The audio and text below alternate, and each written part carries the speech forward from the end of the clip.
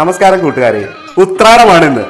ചെറുപയർ പിളർത്തിയെടുത്ത് നെയ്യ് ചേർത്ത പരിപ്പ് കറി നിർബന്ധമാണ്. ചെറുപയർ ഒരു ചട്ടിയിൽ ചെറിയ ചൂടിൽ 2 മിനിറ്റ് വറുത്തെടുക്കണം. പച്ചപ്പയറ് മൂത്ത് വരുമ്പോൾ നല്ലൊരു സുഗന്ധമായിരിക്കും. ആ പയറ് മിക്സിയിൽ അധികം പൊടിയാതെ നിർത്തി 2 തവണ അടിച്ച് പിളർത്തിയെടുക്കണം.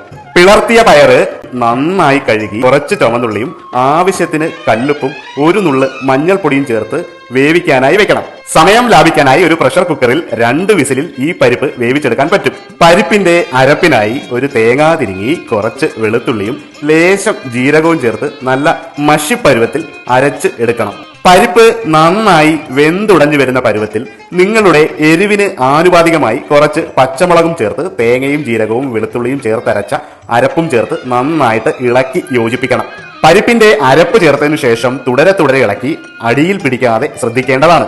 പരിപ്പ് കറി ഇരിക്കും തോറും കുറുകുന്ന കറി ആയതിനാൽ ആവശ്യത്തിന് വെള്ളമൊഴിച്ച് തന്നെ വേവിക്കണം. അരപ്പിന്റെ പച്ചമണം മാറി കറി കുറുകി വരുന്ന നേരം കുറച്ച് കറിവേപ്പിലയും പച്ച വെളിച്ചെണ്ണയും ചേർത്ത് ഇളക്കി തീ അണയ്ക്കുന്നതിന് മുന്നേ കുറച്ച് നാടൻ പശുവിന്റെ നെയ്യ് തൂവി വാങ്ങി വെക്കാം.